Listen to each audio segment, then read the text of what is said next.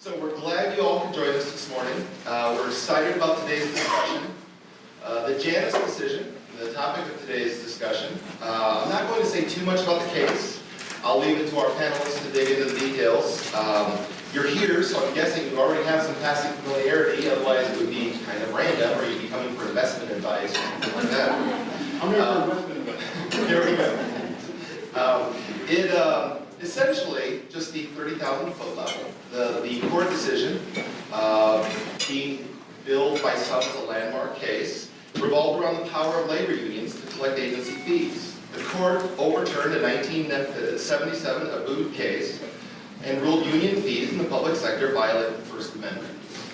Before that decision, many felt would have a huge impact, either positively or negatively, depending on your perspective, on education generally and the teaching profession specifically. So, with us today to discuss this court decision, what's happened so far as a result, what's likely to happen in the future, they'll put on their prognostication hats, are Melissa Cropper and Robert Ault.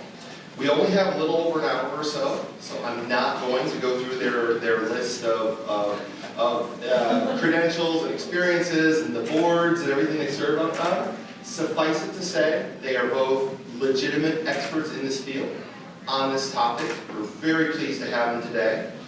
Melissa is the president of the Ohio Federation of Teachers and has been that since 2012. Robert Ault is the president and CEO of the Buckeye Institute and has also been in that since 2012. So there must have been something good going on in 2012. Talented folks here. So the format today, we're going to have opening statements, for lack of a better word, 5 minutes where they'll kind of cover what the Janus decision was, its significance, and whether it was the right or wrong decision. Then we'll dive into a few other questions that I've prepared, and then we'll make sure we also turn it over so that the audience has time and opportunity to ask some questions as well. So we did not do anything for this, so we want to flip. This is who goes first or second. See, this is on the fly, right? Thank you. Thank you. So as Chad said, my name is Melissa Cropper, president of the Ohio Federation of Teachers. Just for a little background information, the Ohio Federation of Teachers represents teachers, paraprofessionals, support staff, higher ed, and some public employees across the state of Ohio. We have about 15,000 members across the state of Ohio. We're also part of the AFL-CIO and affiliated with AFT at a national level. So as far as what is Janus? Janus versus Ask Me was a right-wing, policy-driven court case that was in search of a plaintiff. I want to emphasize that this was not originally a court case that was brought forward by individuals who are fighting for their freedom of speech, as some like the Buckeye Institute might indicate. Rather, it was a case that was brought forward by Governor Bruce Rauner of Illinois, who has a well-documented history of anti-worker, anti-union decision-making. By the way, he just lost the election, so he will no longer be the governor of Illinois.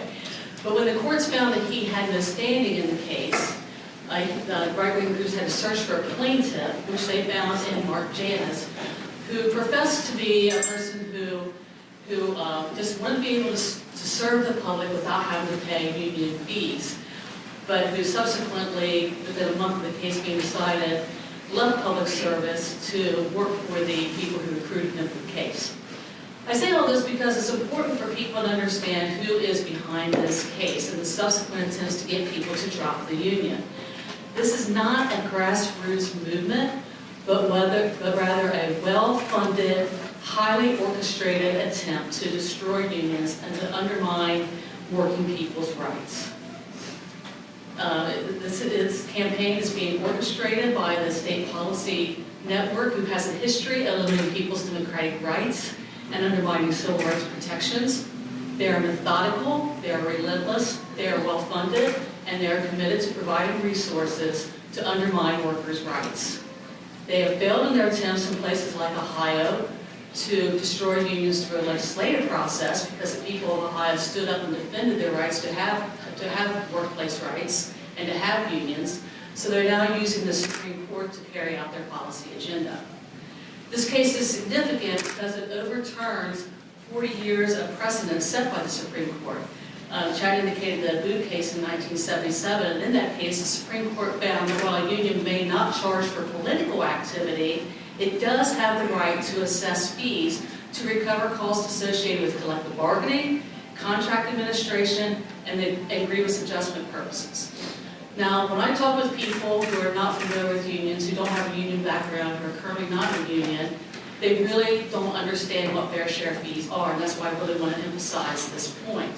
Because they've been led to believe that unions force people to be members and to pay for political activity. And nothing could be further from the truth. No one has been forced to be a member of a union. People have the right to choose whether they want to be a member of the union or not. But fair share just says that if you choose to work in a workplace that has a union, if you choose to take the benefits that have been collectively bargained by that union, then you need to pay your fair share to get those benefits. Anything not associated with collective bargaining or contract administration, or those type of things, you did not have to pay for.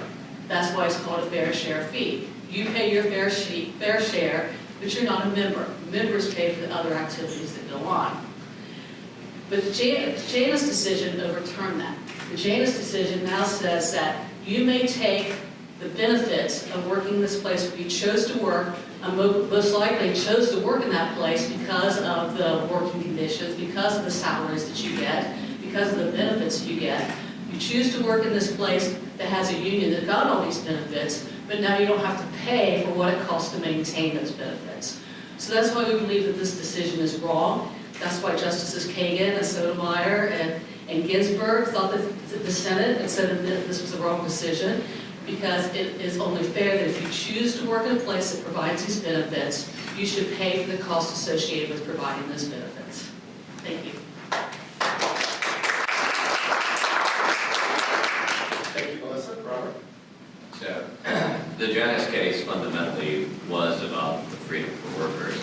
As Chad suggested and Melissa has explained somewhat, the question really was, can individuals be forced to pay the cost of collective bargaining as a condition of employment, which is to say, can you be forced to pay agency fees or be subject to being fired? Now, she has argued that these agency fees or collective bargaining funds aren't political. The Supreme Court disagreed with her, and for good reason. I've long suggested that this actually should have been the symbol of the Janus case. Does anyone know what this is? It's a breathalyzer. What on earth would that have to do with the Janus case? Well, if you actually look at the collective bargaining agreement negotiated by the teachers union in Bay City, Michigan, you would find that a teacher could be drunk in class 5 times before she could be terminated. She could show up to work on illegal drugs 3 times under the terms of that contract before she could be fired. She could sell drugs to a student in a classroom and only be subject to the maximum penalty of a 3-day suspension. It was only after selling drugs to a student in the classroom a second time that she could, under the collective bargaining agreement, be subject to termination. Aside from being utterly insane, most of us would look at this and say these are inherently political questions. These are questions of public concern that anyone would potentially have issues with. Obviously, teachers who are forced to pay for that speech might have had an issue with it and did. Or let's bring it closer to home. There was a question about the coin flip to start this appropriate. This, most people hardly use quarters anymore. They used to use them to make phone calls. These days, I thought we were just mentioning people look at the kids in colleges don't even know that there used to be payphones. But this is an interesting device because this is the preferred method in multiple collective bargaining agreements across the state for determining who should be laid off. If in Westerville and in Marietta, for instance, if there have to be layoffs, the collective bargaining agreement specifies that layoffs must be determined by seniority. But what happens if there's equal seniority? Let's say that there's equal seniority between the teacher of the year in the school and the lowest performing teacher in that school? Well, the answer is merit cannot be considered at all. It has to be decided by a coin flip. When we discovered this, NPR and other folks ended up running the story. It seems outrageous. It seems outrageous if you're a good teacher that shouldn't be a factor that's considered. But in fact, the teachers' unions negotiated that could not be considered at all. These would be questions of public concern. What about other ways that collective bargaining funds are spent? These are, again, not the political portion of fees, but the actual collective bargaining fees. Are they spent for political purposes? The answer is a resounding yes. Most of the unions ended up funding their national conventions using collective bargaining fees, at which every one of the major unions this last week had the Democratic candidate as a speaker, endorsed them, passed resolutions, oftentimes stating that they wish they were going to do everything in their power to elect particular candidates. The American Federation of Teachers has charged non-members for advocacy supporting public funding for Planned Parenthood, the climate justice movement, the constitutional amendment to restrict political speech by overturning Citizens United, which ironically actually protects unions as well as corporate speech. A recent AFT conference in Detroit featured sections on participating in the resistance, fighting against the Trump Education Secretary Betsy DeVos, and organizing a sanctuary campus to block participation in the enforcement of federal immigration laws. I could continue. And what the court found is, in fact, when you are negotiating with the government for benefits, what you're doing is inextricably intertwined with politics. And there are obviously individuals who disagree with the speech that is being engaged in. It violates the First Amendment to force workers to fund that speech with which they disagree. And that's fundamentally what Janus decided. Thank you. All right, so we're not at complete agreement here. But what impact do we think, Janus is now almost 6 months old, 5 months old, what impact do we see it having in Ohio for a branch out nationally on the field of teaching and on education?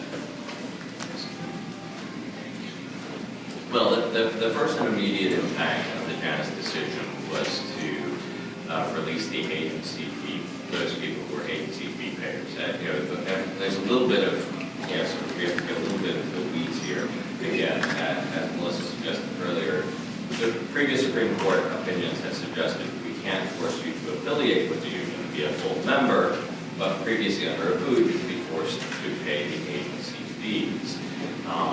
In Ohio, that was in general cool comfort, which is to say, under Ohio law, the unions were permitted to charge up to 100% of the union dues as agency fees. Generally speaking, the agency fees ended up coming in at about 85% of what the union dues were. In order to opt out of the union, the process tended to be onerous, require that the Sixth Circuit permitted annual opt-out requirements, so you would oftentimes have to opt out every single year during a window specified by the union. There are 3,200 collective bargaining agreements that govern state employees, state and local employees in Ohio, and the requirements are all over the map. From some specify an opt-out period as short as 1 day. Frequently, it's 2 weeks, but a 2-week period in which you have to opt out. In some cases, you have to opt out in triplicate, providing notice to your state, local, national, or to as well as to agencies. So you've got all these various requirements. If you happen to fail any particular one of them, the unions were very quick to not permit you to opt out in those periods. And so, as you might expect, having to jump through all those hoops in order to get maybe 15 cents on the dollar back, there was not a huge number of individuals who had availed themselves of this. I think in Ohio, the numbers are roughly 5%. So the day after Janus, roughly 5% of individuals who are state and local employees are no longer forced to pay those agency fees. Now the next question is, what's the broader implication? The court decision stated that no fees can be lawfully paid, or required to be paid to unions without the prior affirmative consent of the public employee. That's the key language. A number of unions, including the AFL-CIO, the National Education Association, have overtly taken the position that the Janus decision has no applicability to union members. It only applies to agency fee payers. And that is continuing to be litigated in a number of courts, and I think will continue to percolate up. We, the Buckeye Institute, have represented a number of teachers as well as others who have disputed that view, and we've successfully gotten them to allow them to be opted out of the union, despite the fact that the window might not be there. It's interesting to note that a number of the unions actually renegotiated their collective bargaining agreements on the eve of Janus to maximize the duration before their next opt-out window would occur. There's a number of AFSCME contracts, for instance, that specify that individuals can't opt out until the end of 2021 or 2022. I don't see how it is that we'll be able to walk someone in from exercising their constitutional right for years when they didn't have a legitimate opportunity to do so prior to the Janus coming down. So we'll see these questions working their way through the court as to the broader applicability. How many will opt out? We actually filed a brief in the Janus case that with this question. There had been concerns previously that if in fact you have permitted individuals not to be compelled to pay, that there would be a debt requirement for the unions.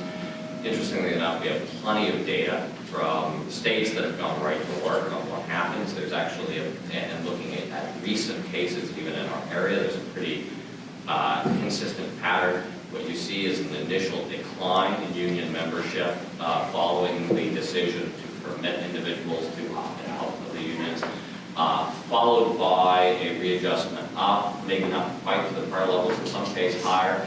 And the working hypothesis I have on this, I've chatted with some friends who are, who are lawyers for unions, and they suggest that they seem to think that it's a viable hypothesis is it goes to competition. That in the absence of needing to actually compete for the members, there's numerous public statements actually post some union reforms in other states. In the absence of competition, unions actually get a bit lackadaisical with regard to actually communicating potential benefits to members, doing outreach, actually being responsive to the concerns of members, quite frankly, and that when they actually have to compete for their membership, they end up doing so in ways that helps them to actually appeal and recruit more members. So thank you. Yeah, so there's a lot there. Let me just start off by saying, yes, there's a definite impact in Ohio, and the impact is that people are angry, that they feel like, once again, their unions are under attack. And so they're more dedicated than ever to being a member of the union. And they're proud to be a member of the union. Not just in Ohio, but across the country, we see that union membership is at its highest. It was at its highest before this case went down. I can speak to our own organization. Heading into Janus, we were at our highest membership levels than we had been in over a decade. And we have been responsive to our members for many years now. We've been having one-on-one conversations with members. We've been understanding what their needs are. We've been making sure that they not only are getting representation within contract negotiations, but they're getting the professional development that they need. They're getting the support they need at a state level to around policies that improve the classrooms. They are getting a voice in classroom decisions, getting places on committees within the school that help them make decisions about what impacts students in the classroom. And so they are more committed than ever to being a part of the union. In fact, even before the Janus decision hit, we had people coming to us saying, listen, I have not been a member of the union because I do not agree with some of the political activity. However, we feel very strongly that what the union does for us is very important, so we've always felt like we should pay our fair share fee. We just want you to know that should this case go through, we will pay full dues because we don't want to take something for nothing.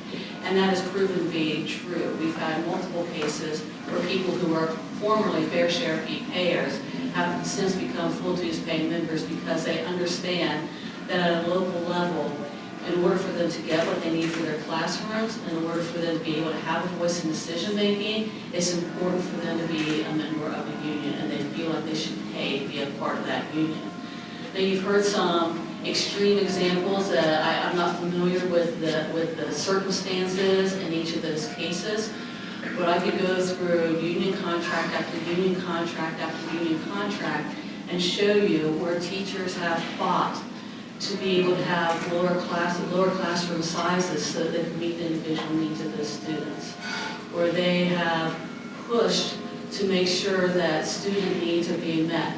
I can show you where over the years we have raised concerns over and over and over again about the needs that students are bringing to the classroom now due to changing circumstances at home, and how the unions are fighting to get social workers in schools, behavioral health specialists in schools, etc., so the students can have better outcomes. So it's always easy to find these extreme circumstances and say, you know, this, and try to hold that up as a union is bad, when in reality, our members on a case-by-case basis are telling us we need the union to make sure that our students are getting a good education. And that bears out when you look at outcomes for an education across the country in states that have strong unions, you have better education outcomes.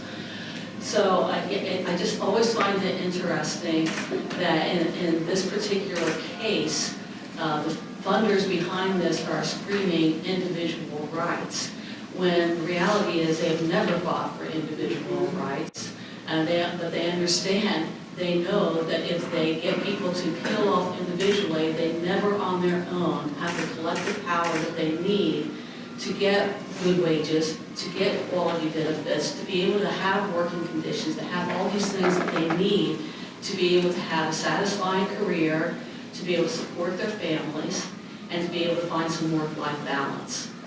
You can't get those things individually, you get those collectively. And when you allow people to peel off individually, you potentially weaken what's good for workers across the board. And that's what the danger of this case is, but fortunately, union members in our state, in our union, and across the country see that. They are seeing beyond the rhetoric, and they are pushing back against it, and our unions are becoming stronger than they did.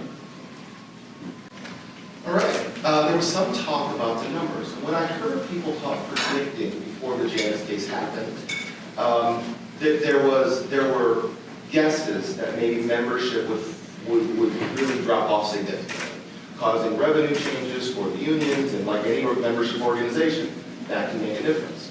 The latest numbers I was able to find, and you guys both may have more recent numbers than me, so play along. Unless they're wrong and you have a source, that's fine. But in, I believe, October, the NEA had still over 3 million members. A decline of 17,000 since the latest reported numbers in April. So 17,000, 6 months, a major Supreme Court decision, certainly doesn't sound, and that's consistent with some of what you said and talked about. And maybe a loss of another 87,000 agency fee payers in that time. So if that's the case, Andy Rotherham, an education pundit, had another sort of theory as to what might this be. And so I don't mess up his words since they're not mine. I'll go ahead and read what he said. As union leaders like to say, management gets the union it deserves. Few observers would give education administration high marks, my apologies, administrators, for effectiveness. And education policy these days is an incoherent goat rodeo. Again, not my words, I wouldn't say that about us. But so teachers don't have to work in schools very long before many decide it would be good to have someone looking out for them.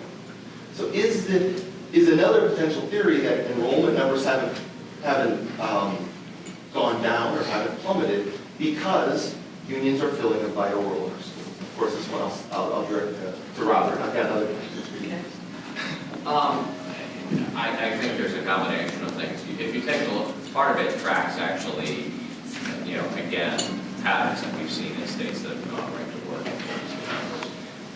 Generally speaking, you don't sort of see the full effect for a few years as as individuals, particularly in an opt-out regime. One of the big questions is the court suggested prior affirmative consent is required, something which sounds more like opt-in. That would probably, if you look at sort of the collective action or sort of the inertia effect, some of the unions actually in litigation conceded that they rely on inertia to maintain membership roles, which is to say, if you have to affirmatively take a step to opt out, particularly if there are barriers that prevents individuals from doing so, if the rule were reversed and you had to opt in, this would have a larger statistical effect on participation rates.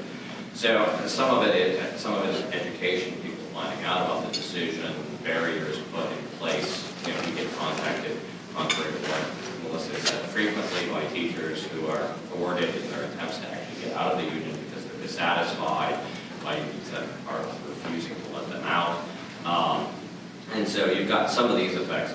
But I think overall, part of it is there are some benefits there. But I would say one of the key ones, which we hear from teachers is the insurance question. That's frequently, now there are other places they can get insurance, but oftentimes teachers don't know, so they're worried about potential liability issues. And some, I'm sure, are happy with their unions. The interesting thing, too, that I've seen in talking to a number of union members is the difference between local, national, and international unions. Frequently, the unions are much happier with the services that they receive from the local unions. They're much more dissatisfied with the stances and political activities of the national and international unions. And they wish that they had the opportunity to participate in one and not the other. Unfortunately, that's not available. I did want to go to one issue, though, that's come up a couple of times, the prospect of getting something for nothing. This suggests that there's an unalloyed benefit associated with what it is that's being negotiated for. And again, you have a number of individuals who are in unionized workplaces who don't want what's being negotiated for. Mark Janus, contrary to what the aspersions that have been cast against him, did not want to continue the pension system that is making Illinois insolvent, and AFSCME had been a prime driver of that. So in terms of that, even some of the things where you look and say, oh, it's to your benefit to get these richer benefits, he personally disagreed with actions that were taken that were creating the most insolvent structure in the nation in terms of pension system. And so at that point, that's a burden, not a benefit in terms of that. And again, a compulsory one of that. I'll just make a couple comments. One, I keep hearing that people are thwarted from dropping their union membership. I just have to clarify that. No one can stop you from dropping your union membership. No one can force you to be a union member. Now, when you sign a card, like signing a contract, often we have language in there that says you may drop your membership at any time, but I agree, and this is what a person signs, I agree that I will pay my union dues for a certain period of time, okay? This is just like if I join a gym, right? I sign a contract that says, for a year, I'm going to pay my fees to this gym, even if I never enter those gym doors, even if I decide that I don't want to do it anymore. Same with a cell phone contract, right? You enter into a contract with AT&T or Verizon or whoever, and you decide after 2 months you don't want to be part of them anymore. Sorry, you're locked into a contract or you pay a huge fee to get out. This is just like that in terms of you don't have to be a member anymore. You can say, I don't want the rights of being a member anymore. I don't want to say that I'm a member of this union anymore. However, you have signed an agreement that says during this period of time, you can continue to take dues out. Because, like any other structure, there's a budget that has to be paid for, and you have to figure out how you're going to operate during the course of the year. So I just want to clarify, no one is forced to be a union member. You can drop your union membership at any time. Having said that, people are not dropping their union membership because they understand the benefits of being part of a union. Okay, in terms of, are there things negotiated that people might not like? Again, these are democratic, a union is a democratic organization. You vote on a union contract, you vote on who represents you within that union. So when you choose to go work at a place that has a union, I would think before you go there, you would decide, are these the type of benefits that I want to work for? And like I said, usually people choose to go work someplace because they like the salary that's involved, they like the benefits that they get, they like the working conditions that are there. Okay? Those come about because of the union contract that was negotiated in that place. You can't then enter there and say, well, I like all these benefits that you negotiated. I came here to work because of all these things you negotiated. I want these things to continue. I don't want them to go away. However, I don't like that one decision that you made. Therefore, I'm going to drop out. And what that does is, that's unfair to all the other people who went through this democratic process to decide what's going to happen within this union. If you don't like the way that if you don't like that unions are the organization that was decided upon to negotiate that contract in that place, then choose not to work in that place. Okay?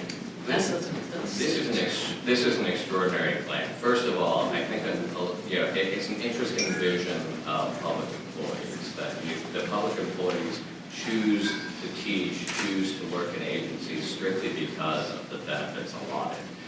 I know a great number of people who would be offended by that because they do so out of a sense of public service. And the idea, the problem with their argument is it fails to recognize that there is something called the First Amendment. I cannot force you as a condition of working in a public agency to pay for views with which I disagree. That's fundamentally what the case was about. But it really, I think, it's a terrible aspersion you cast against public employees that is why they... Because they choose, even within the public employee realm, they choose between one location and another often because of the benefits that are there. I'm not saying that person chooses to go into public employment work because of the benefits. I'm saying that most people, before they take a job, look at what the benefits of that job are going to be and choose, do I want this location, do I want that location, et cetera, et cetera. And you're right, it's not just about the money and the benefits, it's also about the working conditions at that place, which again is part of what a union does, is to make sure that those working conditions are ones that are acceptable to you. And again, you were kind of casting an aspersion that has hurt workers in that workers choose to do this job because they really want to help people. Teachers choose to go into teaching because they love the students. Therefore, they shouldn't be concerned about what the benefits are. You're half right. Teachers and other public employees do choose to do this work because of the desire that they have to serve people and to help people, but they also need to be able to make a living, to support their families, to be able to go home at night with a good paycheck, and not have to worry about do they have to work 2 or 3 other jobs serving people because they love to serve people at the detriment of their family. So I never said that they choose public employee work because of the benefits. They choose public employee work because they desire to serve the public, but they also are working to make sure that when a part of a union, the union is there, they chose to have a union there because they need to be able to support a family at the same time that they serve the public.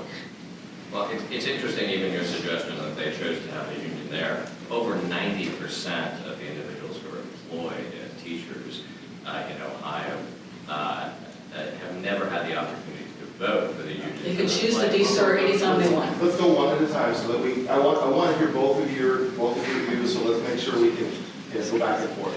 And then I've got another question for you guys too. When we got into this is a very important distinction.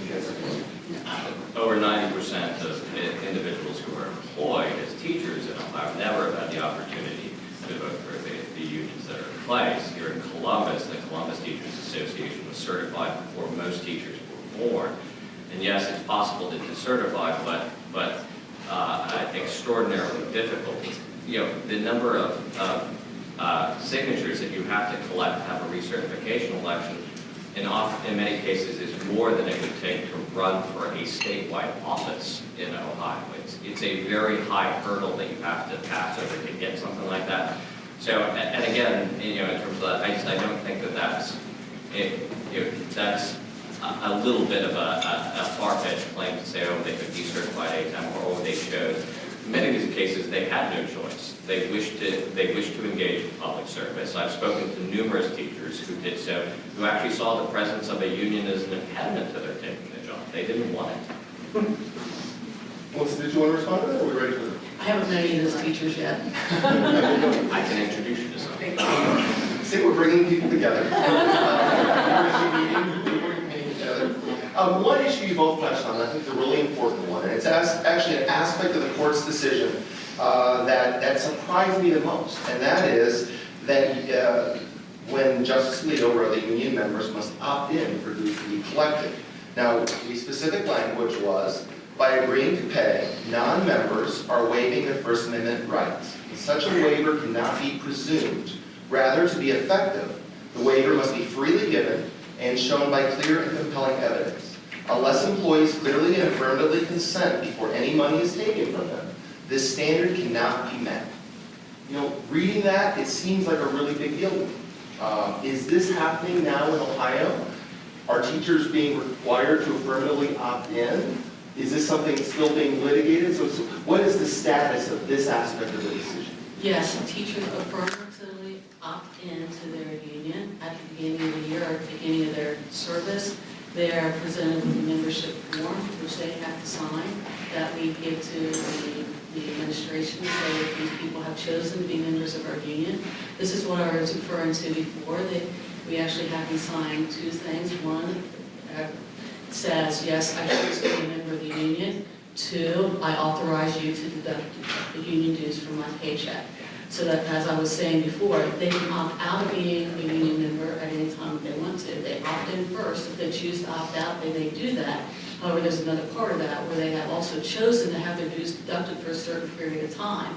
They can opt out of that after that certain period of time is over, but they can't opt out of that at any time if they want, because they've signed a contract saying that they will do it for a certain period of time. Is that annual? And I don't know the answer. So AFT or AFT-OFT is a local autonomy union, so it varies from place to place, but in most places it is annual for us, yes. And my last I'm sorry, let me rephrase that. So yes, we don't ask them to sign a membership form annually, okay? But they have an opportunity annually, once they've opted in, to opt out if they so choose. And I guess my last question, I'm just trying to figure this out, is have they had an opportunity to opt out since the decision? And I'm not necessarily suggesting they should have, because calendars are what they are, contracts are what they are. I can't speak for all unions, like I say, prior to the decision being released, we did recommit campaigns, and I believe all of our locals had them re-sign cards to show that they were committed to being in the union. So they did have, so did we re-offer that opportunity after Janus dropped? No, because we had just done it prior to Janus dropping. Well, that's great, thank you. Robert, any response to that? So, no, I think she had an important clarification there. If they don't recommit every year, that, again, talking about the inertia effect, relying upon sort of an oftentimes onerous requirement to opt out in terms of that. And that doesn't seem to be what the Supreme Court case was talking about. They were talking about opting in.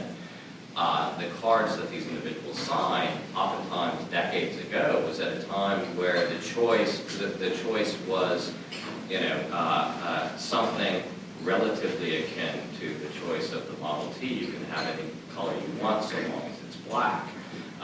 You can choose to be a union member, or you can choose to be an agency fee payer. The difference is 15 cents on the dollar. Oftentimes, harassment and intimidation by the local union head at your school or wherever you end up being, the requirement that you jump through onerous hoops every single year. So for a number of individuals, this wasn't much of a choice at all. Janus really sort of dynamically changes what the choice is. The choice is no longer between 100 pennies on the dollar and 85 pennies on the dollar that are being compelled, the one 85 cents being compelled and a voluntary 15 cents. The question is whether or not you wish to pay anything toward it. That's a fundamentally different question. The fact that you have a constitutional right not to be compelled to pay those fees. In fact, I don't know that in Ohio yet, absent, there's a number of cases that have been filed in Ohio and elsewhere that are raising this particular question. To your question about individuals who perhaps did not have an opportunity. In Ohio, there were over 15,500 union members whose collective bargaining agreement specified an opt-out window this year before the Janus decision came down. So again, if the unions are seeking to strictly enforce these contracts, those individuals have not had an opportunity. We've represented some and have successfully negotiated with their unions, getting them out of the membership and out of the forced payment of these dues or fees. Again, the suggestion with regard to this being like a gym or a cable contract breaks down is the gym and the cable company didn't have the threat of being able to fire you if you failed to sign up originally. Again, you had to at least sign up to pay the agency fees prior to the Janus decision. That's a fundamental distinction and difference that has been made. You have a constitutional right. And let me be clear on one thing. It's our position that you have a constitutional right, and that goes both ways. If you are happy with your union, you should keep your union, you should pay for your union. You should do that. If you're not happy with the positions your union are taking, the First Amendment gives you a right to opt out. And that's been Buckeye's position. We have a website that explains the decision, helps individuals walk through what it is, but we're very upfront on it. If you're happy with your union, you don't need to do anything. You can perhaps sign your recommit card at that point. Let me follow up on this. Another thing we've talked about a few times, and both of you have mentioned it, is the concept and the idea of free riders. And this question is for Robert. While Janus rejected the long-standing argument of free riders, Alito, in the opinion, seemed to open the door for a fee-for-service model for non-members. He wrote, individual non-members could be required to pay for that service or could be denied union representation altogether. Thus, agency fees cannot be sustained on the ground that unions would otherwise be unwilling to represent non-members. Do you expect to see the discussion go that way, that either that some teachers will not get representation at all or not be able to benefit from some of the negotiated things that union have? Is that the right outcome? Well, I think this raises perhaps the next big question in labor law, one that Buckeye is very involved in, which is the question of exclusive representation. In 41 states in the District of Columbia, state law dictates that the union, when certified in a collective bargaining unit, is the exclusive representative with regard to individuals in that bargaining unit, members and non-members alike. This ends up being, it's interesting, somewhat controversial even among some union members. I've seen on union websites and chat boards commentators debating whether or not, in the wake of Janus, exclusive representation makes sense anymore. It doesn't make sense for the unions to represent non-members. We actually have filed federal lawsuits in 3 different circuits so far, because Alito actually, in the opinion, 3 separate times raised questions about the First Amendment legitimacy of exclusive representation. It's sort of the flip side of the coin of Janus. Janus says, I can't force you to pay for views with which you disagree, but fundamentally exclusive representation says I can nonetheless compel you to speak through the union. To put this into context, if, for instance, the state of Ohio were to designate, say, the Libertarian Party as the lobbyist for all individuals, even though you could speak out against it, the fact that you're forced to speak exclusively through the Libertarian Party would be unconstitutional. The same concept fundamentally applies here. And this would actually address a number of their concerns. If, in fact, exclusive representations were not the rule, the union would not be forced to speak on behalf of non-members. It would also address some of the concerns we have with regard to individuals who were representing, where the unions negotiated for different benefits based upon whether you're a union member or non-member. That clearly violates the law, quite frankly, but at the same point it does, I think, illuminate the problem of exclusive representation when you have, for instance, teachers who are excluded from governance committees and so forth that are negotiated by the union expressly because of the fact that they're not members of the union.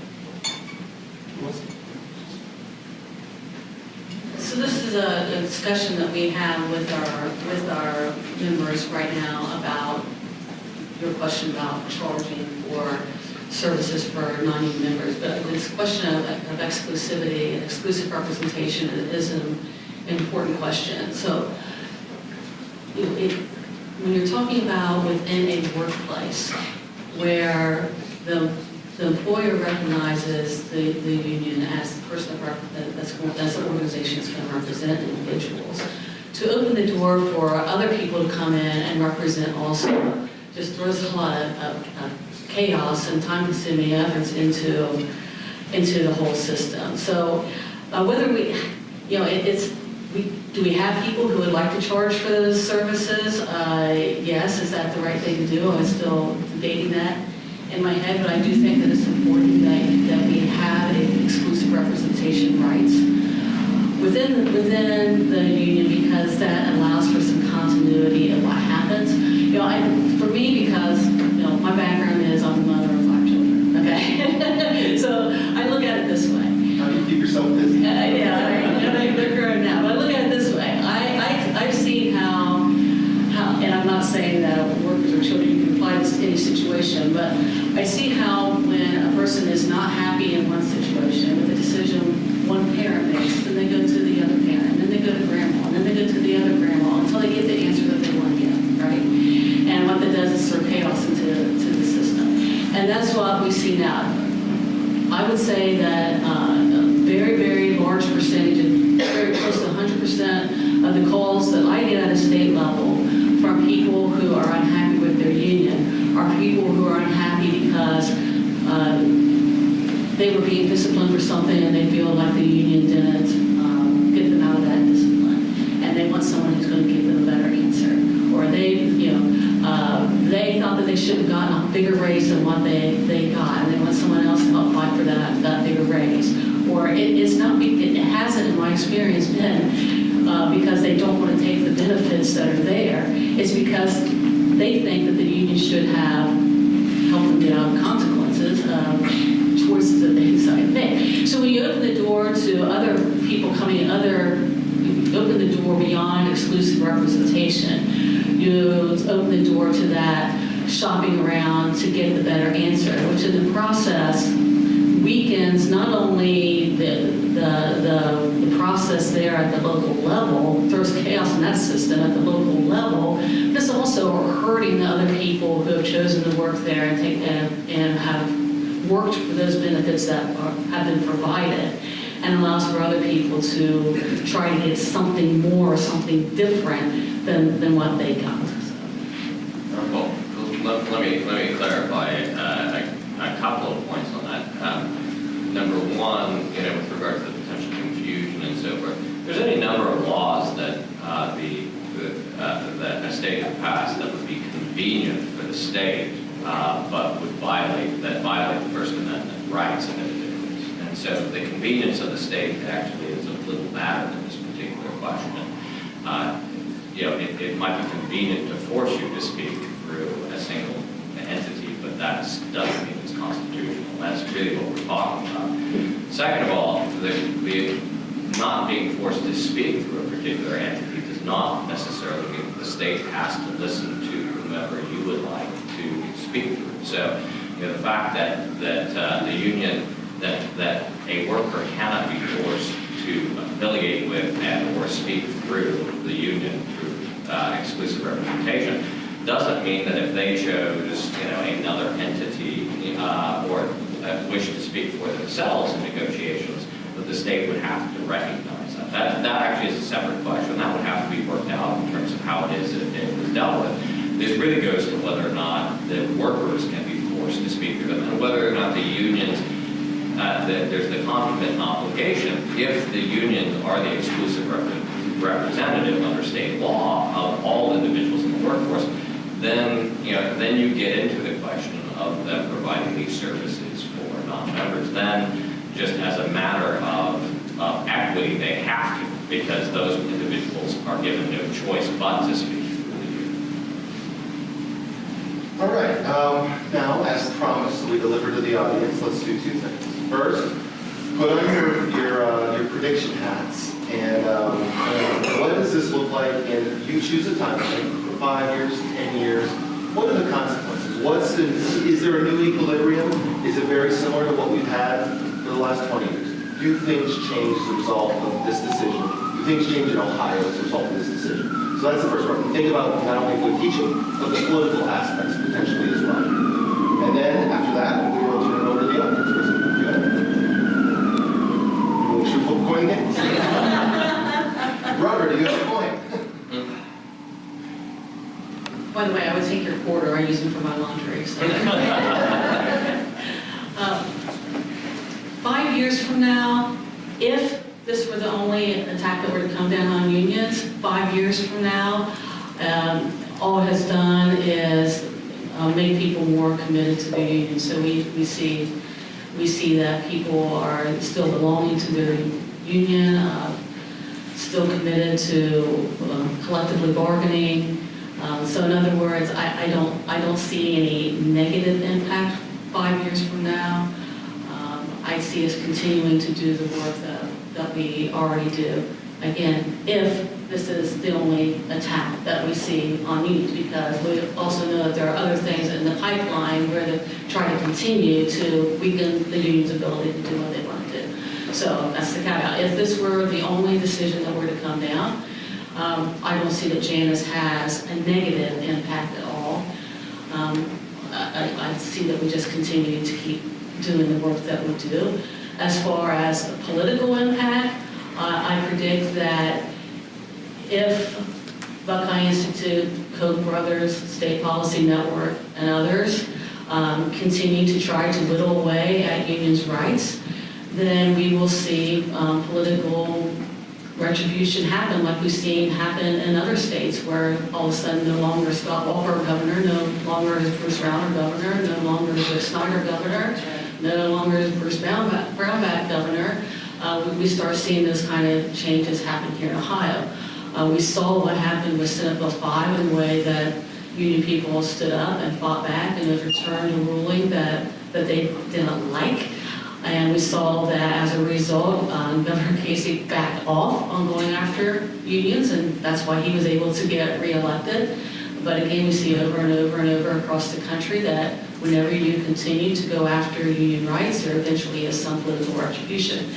I would also say that, if we look across the country, if we're talking about, impact moving down the road, one of the reasons one of the things that I think really got our people to stay committed to the union is looking at what happened in states like West Virginia and Oklahoma, Kentucky, Arizona, places where they did not have strong collective bargaining rights, the conditions got so bad that teachers and another couple of employees finally said, let's just walk out.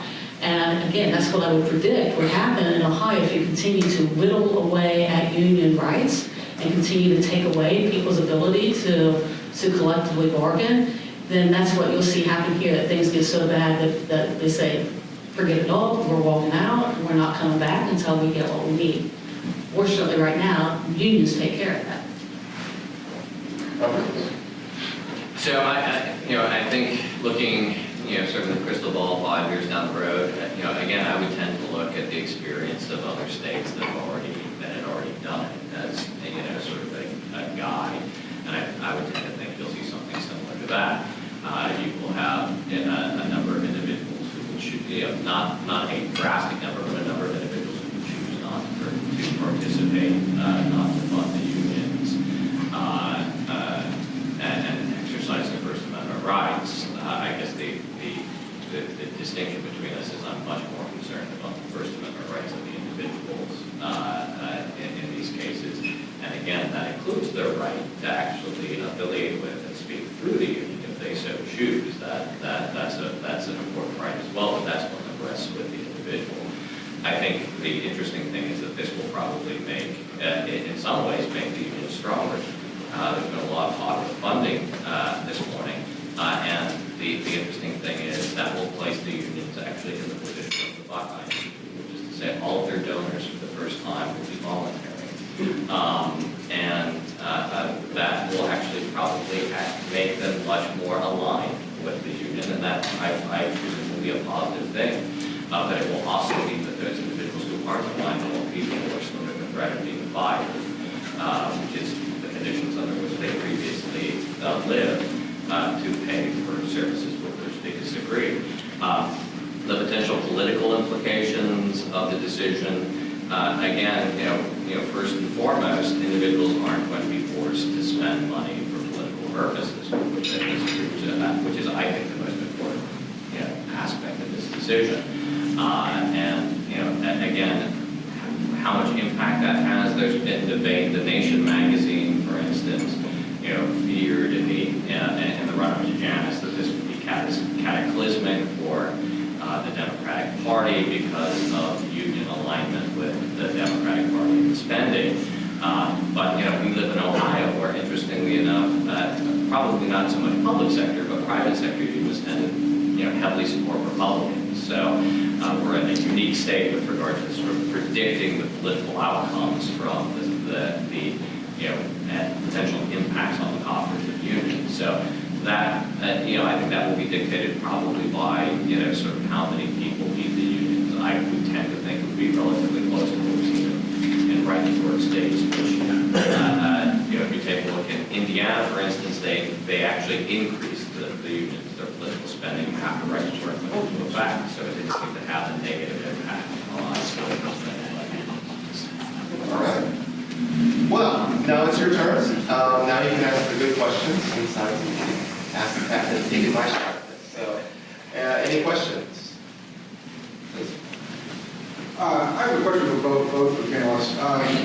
For Buckeye Institute, if this is really about worker freedom and making sure workers have a greater voice, then why has the Buckeye Institute and other groups like yours spent thousands, millions of dollars in sending propaganda to union members asking them to opt out of their unions and creating websites and Facebook accounts and other ads to encourage members to opt out with very specific instructions linked to each union?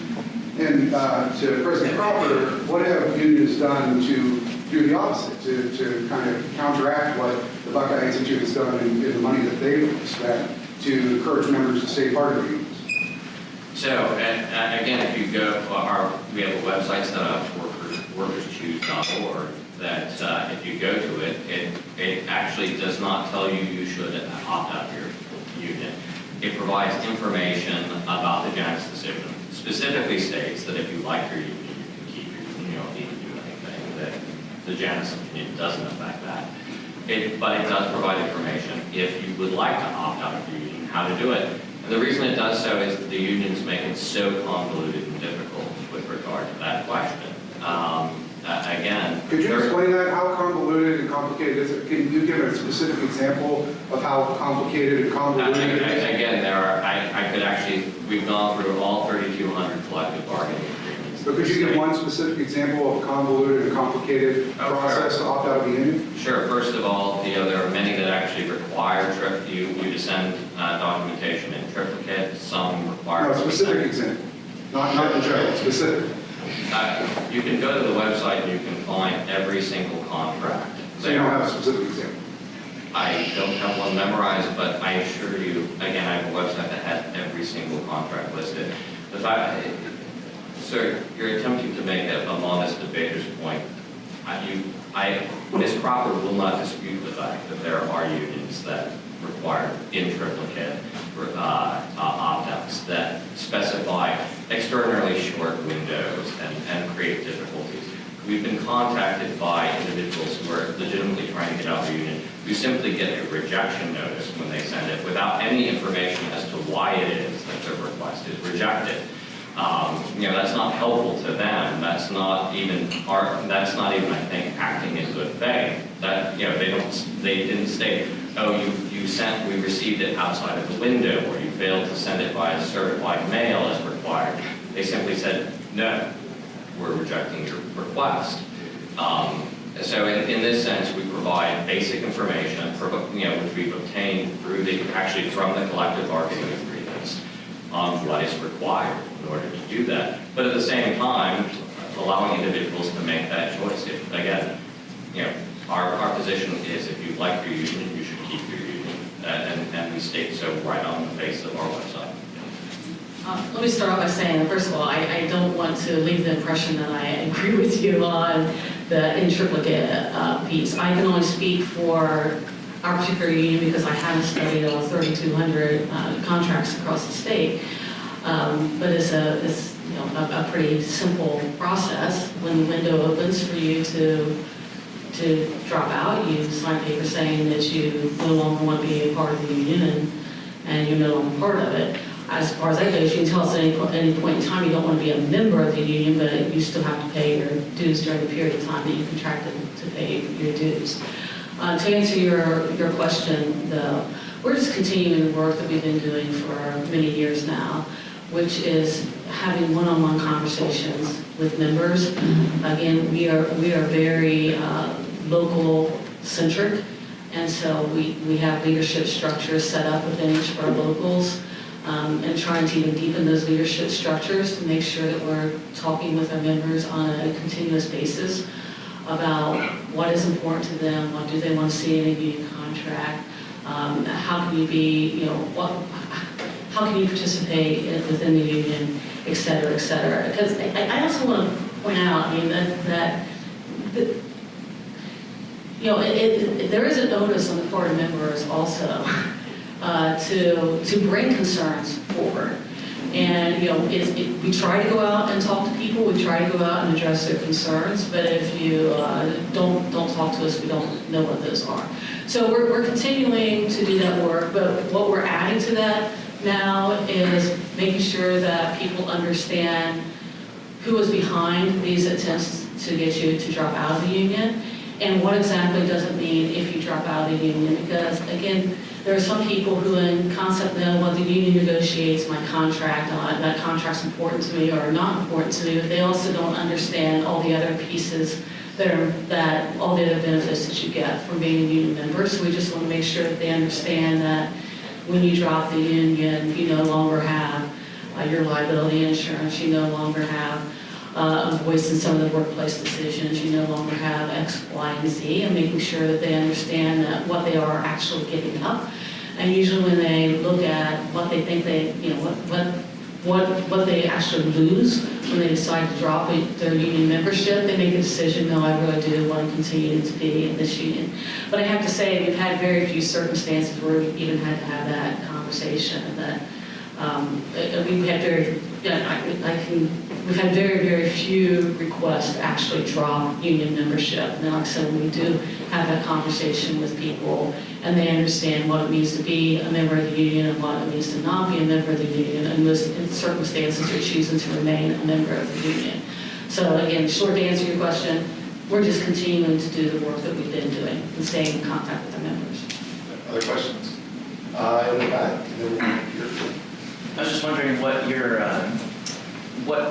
what you think the impact of pending right-to-work legislation in the legislature will be in light of Janus.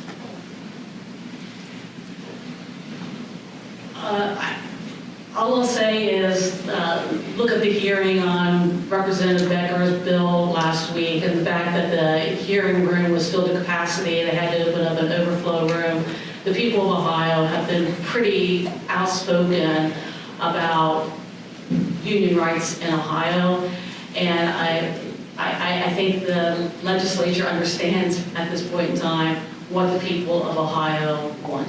So as I indicated before, should they choose to make a decision to move forward with right-to-work legislation, then we'll see what consequences follow. We've seen what consequences followed before. We've seen that outpouring from people across Ohio, their willingness to step up and fight and collect over 1 million signatures to make sure that their collective bargaining rights were preserved.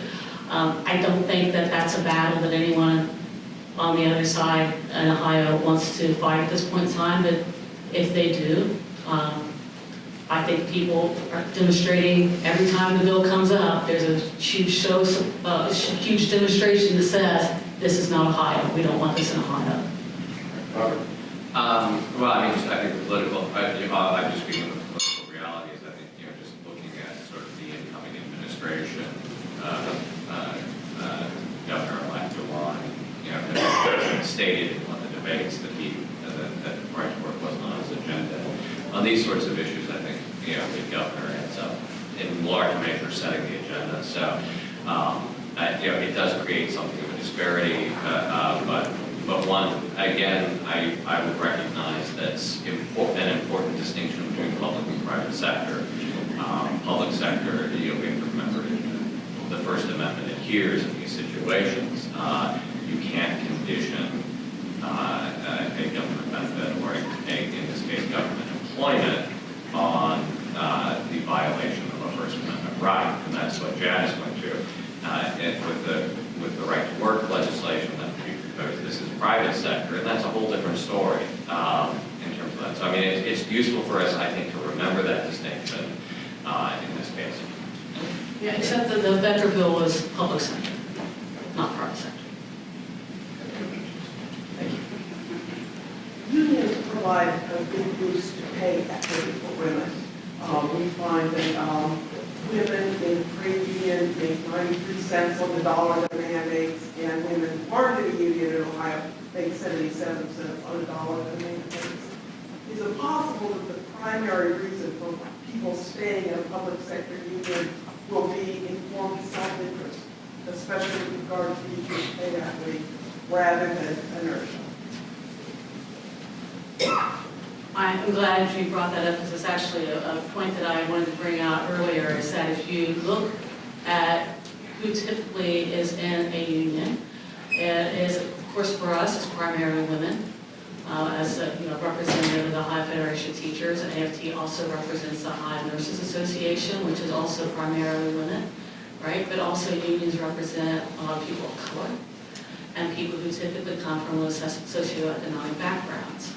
And as you said, and as we have discovered as we go out and have these one-on-one conversations, yes, that is what has kept people in the union. The fact that they do get better pay, despite the fact that they might be doing the work because they love the work, they also get better pay when they are a member of a union. They get better benefits than when they are a member of the union.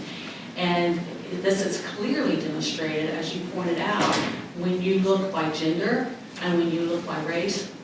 Clearly, those people who are in unions have better outcomes than people who are not. And that is why they continue to choose to be part of the union. Chad, you made a reference earlier, and in some ways I hate to refer to it too, in terms of administrative decisions, because I actually have good relationships with people that are within administrations within schools and stuff, but again, we talk to people at a local level. We often hear, when the school gets to a financial, into a situation where they have to make decisions, often we feel like we are the last, we're the last ones left standing. If we're left standing on our own, they're gonna cut teachers, putting more people, more students within the classroom. We're not going to get the pay increases that we need for our family, et cetera, et cetera. So again, they understand that the collective power of being part of the union is what enables them to be able to have their job and also be able to raise a family and have that work-life balance. So it's not inertia. Yes. Well, the fact that you're saying that it's not inertia, again, union representatives have conceded that in litigation. That certainly is a factor, but it shouldn't be the only factor. And to your point, again, my view is that individuals should have the First Amendment right to speak and associate, and that includes associating with the unions. And the points that you're making, again, are ones that I think would help the unions in terms of recruiting, keeping, and growing its membership. And again, goes to the power of ideas. If the unions are able to demonstrate that they're able to provide services that the people want who are in the collective bargaining unit, then I think that necessarily will and should have an impact on the decisions made by individuals in that bargaining unit. Again, this goes to the point, I support the autonomy of the individual and their rights to actually associate and choose to fund the union if in fact it's shown that doing so provides in their interest. Where we disagree is that I don't think you should be forced to fund to speak through a union if in fact you disagree with that as a condition of employment when you are working for a public employer. You shouldn't be forced to choose between public service and being fired if you're in a position where you have to rely on your First Amendment rights to speak through and defund the union to do so. Got one last question, gentlemen. Very conflicted being here today. I worked my way through college and found a high-paying job that required me to be a teamster, and I didn't like that one little bit. I started as a school treasurer predating mandatory collective bargaining in the state of Ohio, so I've kind of seen the full range. And I'd like you to react to two observations. One is, I'm a little confused when I hear a conversation that it's the union, the union, the union. There are two parties at the bargaining table, elected representatives of the community, in my case, school board members, agree to everything that's in the collective bargaining agreement. So I do think perhaps there needs to be equal focus on the other party that agrees to all those terms of contracts that you've referenced this morning. I think the courts have settled the issue of the First Amendment, moving on from there. But I also would like you to react to the notion of how disruptive could this be when you go back to your crystal ball of individuals now being free agents and wanting to bargain their own working conditions. Is that the logical endpoint of this notion? Probably Robert. So again, I think we touched on a little bit of this earlier with regard to the exclusive representation question. Again, recognizing a right to exclusive representation. First and foremost, the constitutional question. Once again, we don't trample on constitutional rights for administrative convenience. So the fact that it might be very convenient to go ahead and I could come up with a series of other convenient hypotheticals does not necessarily justify saying, it could be extraordinarily convenient, for the example I gave, to appoint the Libertarian Party or the Green Party as the lobbyist on behalf of all Ohioans, but if, on particular issues, but it would be blatantly unconstitutional. And, I think that the theory applies with regard to exclusive representation as well. In terms of whether or not it's the logical outcome that the school district or other public employers would have to negotiate individually with every single worker. That's not what we're arguing for, and I sincerely doubt that they would necessarily do so. These things will potentially shake out. Whether or not you would have them recognize others in the negotiation, there's no particular duty that I think on behalf of the government to do that, but there is a duty not to force individuals to speak through an entity with which they disagree. And I would say that, yes, there is a danger that it leads to individual bargaining and negotiating of a contract. And again, we obviously respect individual rights, but it's never been the case in America that individual rights are supposed to override the good of the whole.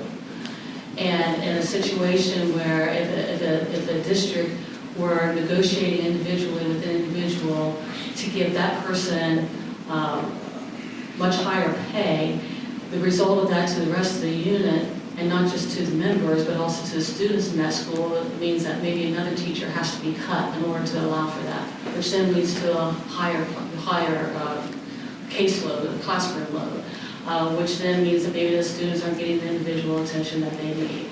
If you have that happening over and over and over again, there are consequences to that individual bargaining. Whereas, as you indicated right now, there are two parties who are sitting down and looking at the issue and negotiating what is the best outcome for the employees of the school, for the people of the community, for the students who are in this school. So while I respect that we need to make sure that individuals have rights protected, such as their voting rights and their civil liberty rights, etc., we can't say that an individual has the right to bargain for something that benefits them while it hurts other people. All right. Well, that is a wrap. I want to thank you all for attending this morning. I hope you enjoyed the discussion. If you have ideas for future discussions, issues related to education, of course, that you would like to have an airing of, we would love and be honored to host those events. But I would ask that you help me find two people as knowledgeable, as smart, as as principled as both of our panelists today. And this, in an era of cable news, this was certainly not that. I hope it was enjoyable for everyone. And thank you all for coming. If you join me in thanking